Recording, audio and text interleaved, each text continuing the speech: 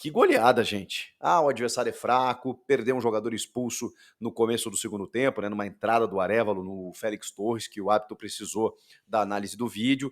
As coisas facilitaram mais ainda, mas o Timão fez o dever de casa, e acho que isso é o mais importante. Com algumas mudanças na escalação. A gente já previa isso no vídeo pré-jogo, né, que eu publiquei aqui no canal, indicando que o Romero, pelo amor de Deus, se tinha uma vírgulazinha no trabalho do Antônio Oliveira, brilhante até aqui, uma recuperação espantosa do time, né? Não dá nem para comparar aquele início de ano com o Mano Menezes com o que a gente está vendo hoje com o Antônio. Ele recebeu reforços, é verdade, mas ele montou um time, né? O Corinthians hoje tem uma cara de time. Se discute também o elenco para a disputa da temporada, mas isso é outro assunto, eu chego lá.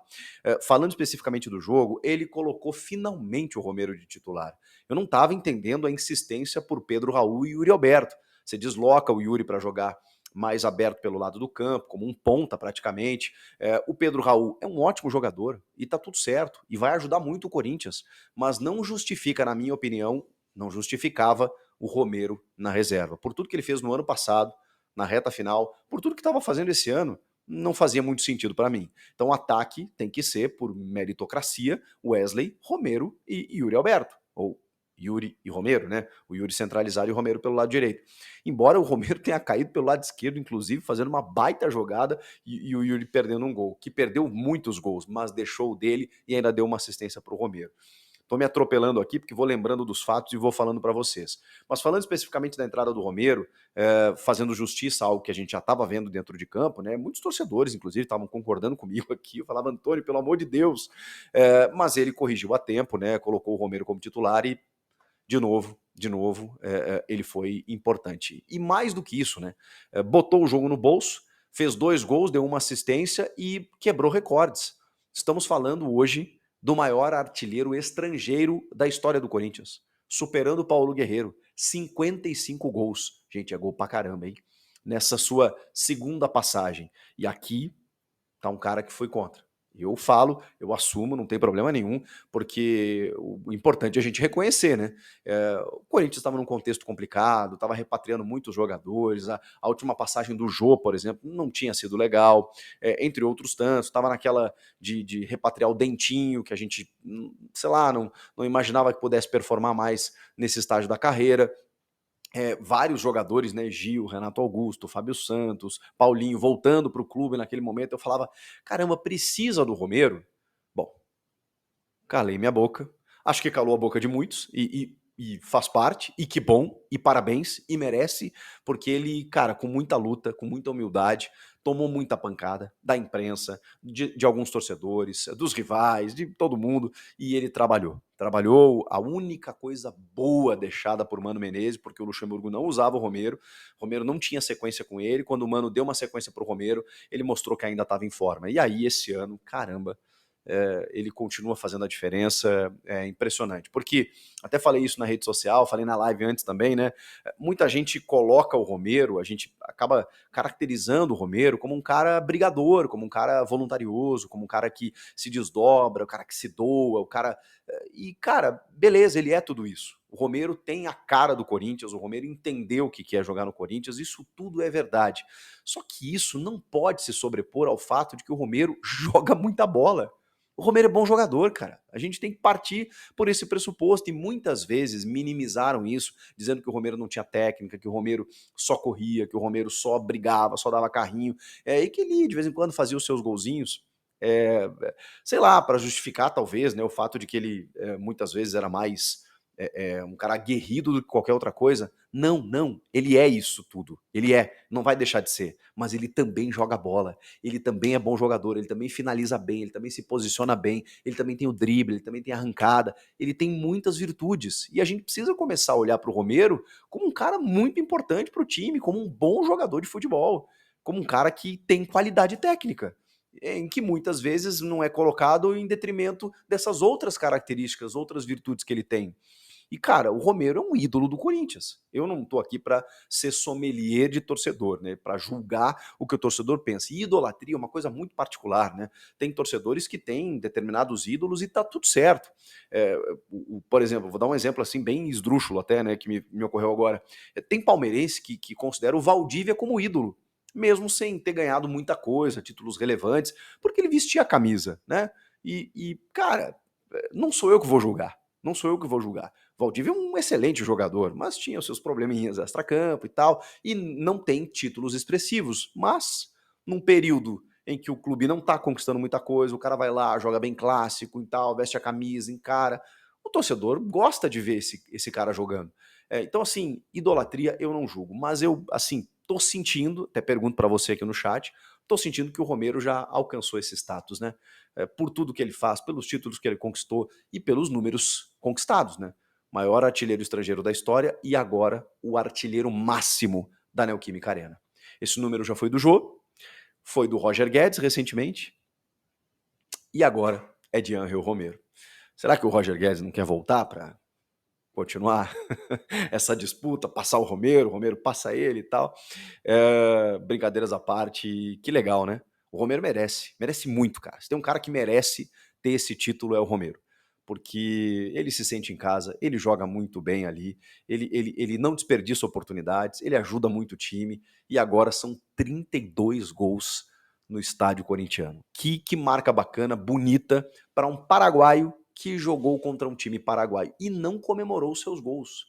Depois descobrimos, né, que foi por conta de ser um time paraguaio, e o Romero tem muito isso, né, cara? Ele tem muito patriotismo.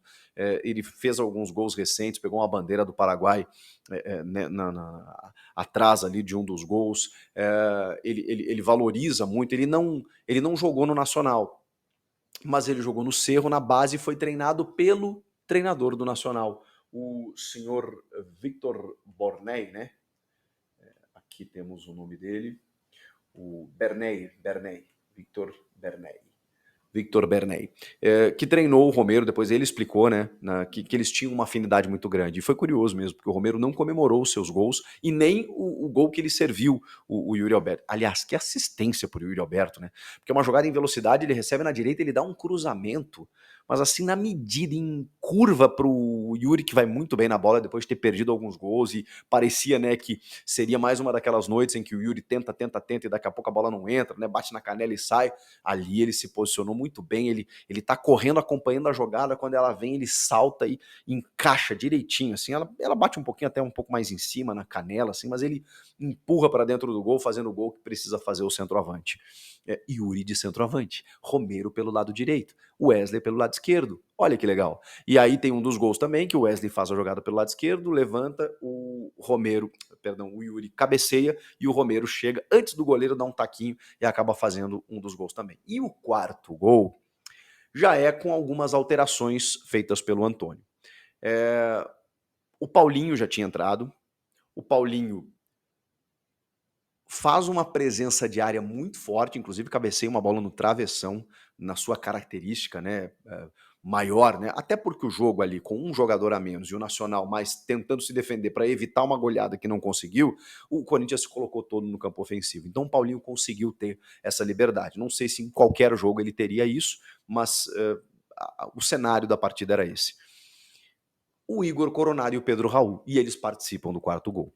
O Coronado jogou poucos minutos, ele entrou aos 37 do segundo. Então, eu ouso a dizer para vocês que o Coronado vai jogar ainda muito mais do que ele está jogando. Mas é um jogador de uma brilhante qualidade técnica. Cara, o Coronado, ele é daqueles jogadores em que a bola para no pé dele e muda de cor. Ela ganha um outro tom. Você tá vendo o jogo ali, daqui a pouco ele tem um brilho. Ele tem um brilho. A bola vem nele e o tempo parece que para. A rotação é outra. E eu não estou dizendo com isso que ele atrasa o jogo, pelo contrário. Ele desacelera. Mas isso para benefício próprio. O jogo está numa rotação. Quando vem nele, peraí. Ele acalma o jogo. E aí ele consegue colocar a bola onde quer, ele consegue ditar o ritmo, ele consegue trazer o jogo para o ritmo dele. porque ele não é um jogador intenso como é o Rodrigo Garro, por exemplo, um meia mais dinâmico. O Coronado não, mas que qualidade que ele tem para dar o tapa, para aparecer, para se posicionar, inclusive jogando até um pouco mais atrás para o Paulinho dar essas subidas que eu falei, porque ali de trás ele tinha o campo aberto para poder armar o jogo. Quando ele sobe, ele faz o que ele fez. Ele aparece no bico da área, recebe a bola e o cruzamento que ele dá para o Pedro Raul é tipo com a mão, sabe? É tão magistral que parece fácil.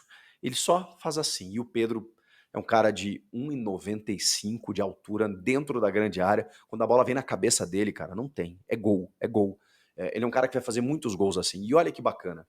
Hoje a gente chegou à conclusão que, embora a fragilidade do adversário, gosto de fazer essa ressalva, o Corinthians tem um elenco interessante. Precisa contratar, tem algumas carências estabelecidas, normal. Mas vejam só, você já consegue definir aí uns 12, 13, 14 titulares. Jogadores com potencial de titularidade. Hoje, com 5 trocas, você precisa ter banco, gente. Com um calendário insano como a gente tem, precisa ter banco. Então, o Pedro Raul não tá começando o jogo porque o Romero tem que ser titular. Tá tudo bem. Ele vai entrar no segundo tempo e pode deixar o seu golzinho. O Coronado ainda não tá jogando porque ainda não tá pleno fisicamente e tal. E tem o Rodrigo Garro, e acho difícil Garro e Coronado jogarem juntos.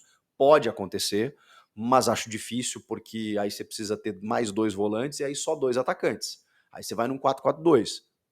Pode ser também. Romero e Yuri, barra Wesley, Coronado e Garro, Raniel e Maicon, Paulinho, Bidon, Fausto Vera, não sei. Esse segundo homem tá uma incógnita, mas dá para fazer, desde que você tenha estrutura de time de marcação, de cobertura, para que Garro e Coronado possam armar o jogo, não tem problema. Então, assim, o Coronado vai jogar mais do que isso. Vai jogar mais tempo, inclusive. E aí vai colocar uma pulga na orelha atrás da orelha do Antônio, do tipo assim: começa com o Coronado, deixa ele pro segundo tempo, ele joga no lugar do Garro, joga no 4-4-2 com os dois juntos. Cara, isso é ótimo. Nós estamos falando de uma temporada em que nem todo mundo vai estar à disposição sempre. E aí você precisa de alternativas.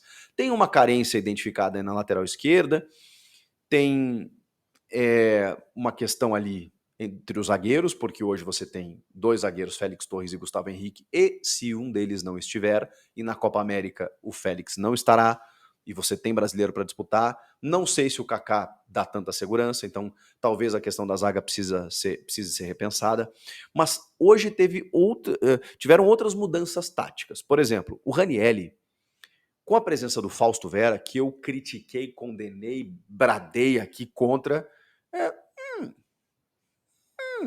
contra este adversário, não posso dizer que foi mal. O Fausto ocupou alguns espaços, tentou errar não, errou o chute que o Romero consertou para fazer o primeiro gol, né? Não dá para dizer que foi uma assistência do Fausto, né? Ele erra o chute e o Romero conserta e chuta no cantinho para fazer o primeiro gol.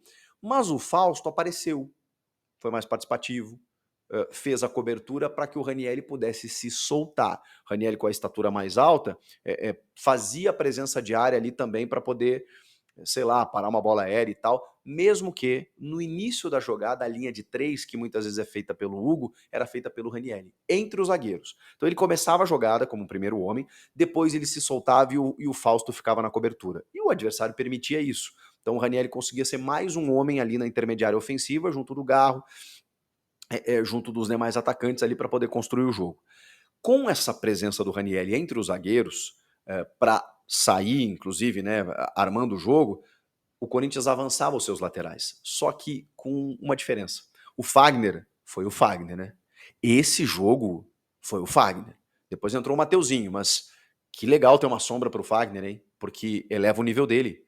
E a gente sabe qual é o nível do Fagner. É esse aí. É passando no meio campo, é dando chute, que a bola passe isso aqui, é fazendo cruzamentos maravilhosos. Ele tem cruzamentos, o Fagner, no jogo, que ele consegue chegar na linha de fundo e cruzar, e a bola vai saindo do goleiro, que o goleiro fica numa dúvida se ele soca a bola ou se ele fica posicionado no gol, porque, cara, parece que ela vai chegar na mão do goleiro, mas ela vai saindo, assim, é uma coisa muito louca, assim, e ela vai indo meio que tirando o peso, assim, para chegar até o atacante. Cruzamentos perfeitos do Fagner, avançando, apoiando, sendo aquele lateral projetado que a gente sabe como ele pode render.